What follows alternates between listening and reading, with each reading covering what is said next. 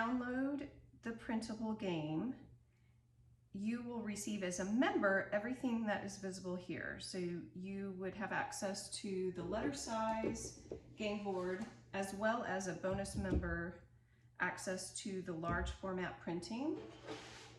You would also get member bonuses, the activity sheets. This one has 2. All your game pieces and your game cards, your success poster, and another member bonus is this major and minor key signatures. It's a guide to help teachers and students understand the order of the sharps, the order of the flats, and what all of the 15 key signatures represented in this game look like, and their names.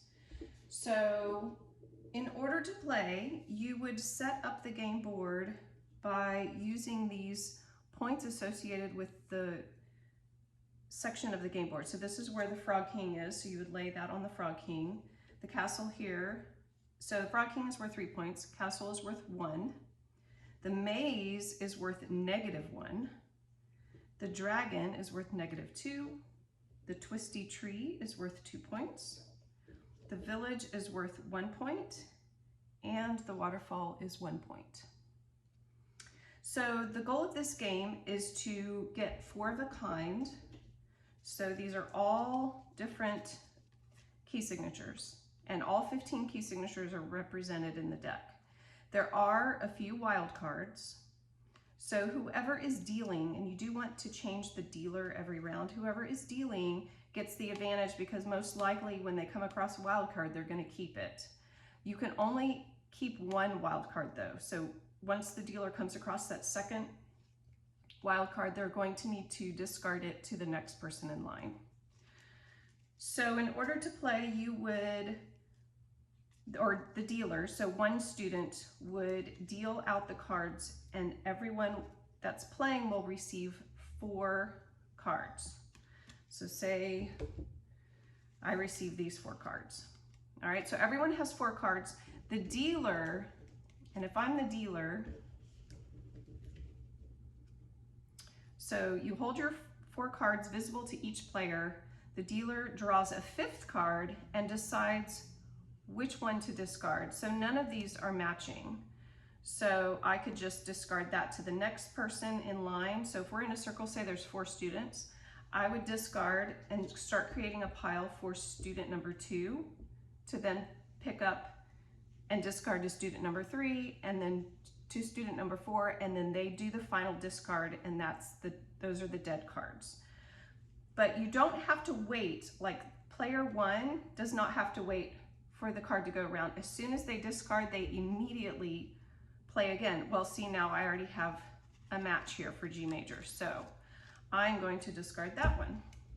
And then the play just continues until someone, and it's not always the dealer, the moment that a student gets 4 of a kind, they instantly grab. So if I go out with 4 of a kind and I need 3 or more points, I'm going to grab the highest points possible. The moment I grab this, probably most of the students are going to notice that I grab the points, and they're going to grab points. Basically, the gameplay should stop once a student gets 4 of a kind. Sometimes though, the students will be sneaky and they will grab it and they will keep pretending to play or keep playing until another student clues in, wait, there's points missing, and then they grab points, and usually, you know, it's a frantic point collection at that point. So the goal of this, the easiest way to play the game, and typically you'll get a winner by the 2nd round, is 5 points or more, you declare the winner. So if I grabbed 3 points on this first round and I won, we would start again. We would shuffle the cards, and student number 2 would then be the dealer. They would deal out 4 cards to everyone, including themselves.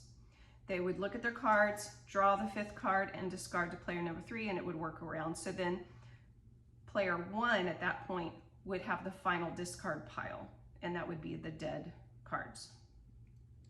So say the 2nd round, I was a little bit late. Say 2 or 3 students grabbed points.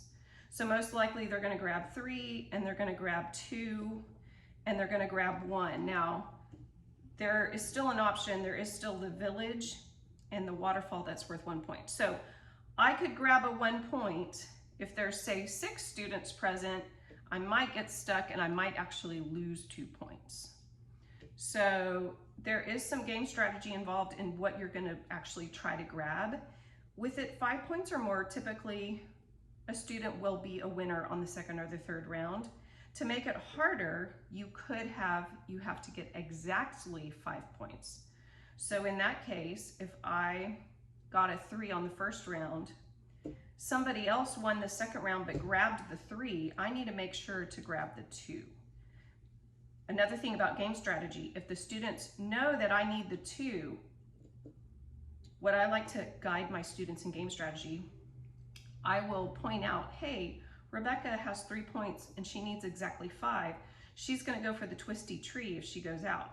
So if another student goes out first, if they grab this, they're going to want to grab the most points, but if they grab the 2, they're blocking me from getting exactly 5 points on that round. And possibly they could win with 2 points. Possibly we need to just go again. So it just gives everyone an extra chance at winning if the students are a little more aware of who has, what the points are that everyone has that's playing at that moment. So I always keep the points displayed on a dry erase board. And we kind of discuss right before the next round, okay, this is the points that you have. Think about what you're going to go for. Typically, one student will go out and then the points, you just grab the points that you need.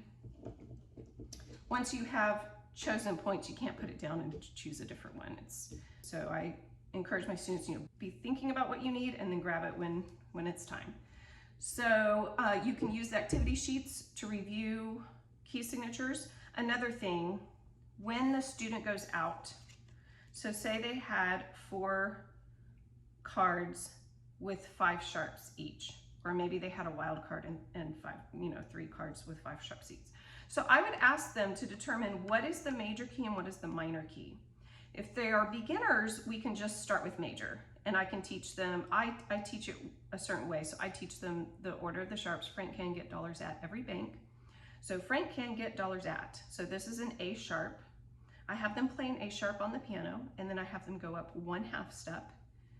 And if they don't know what 1/2 step is, I can just show them.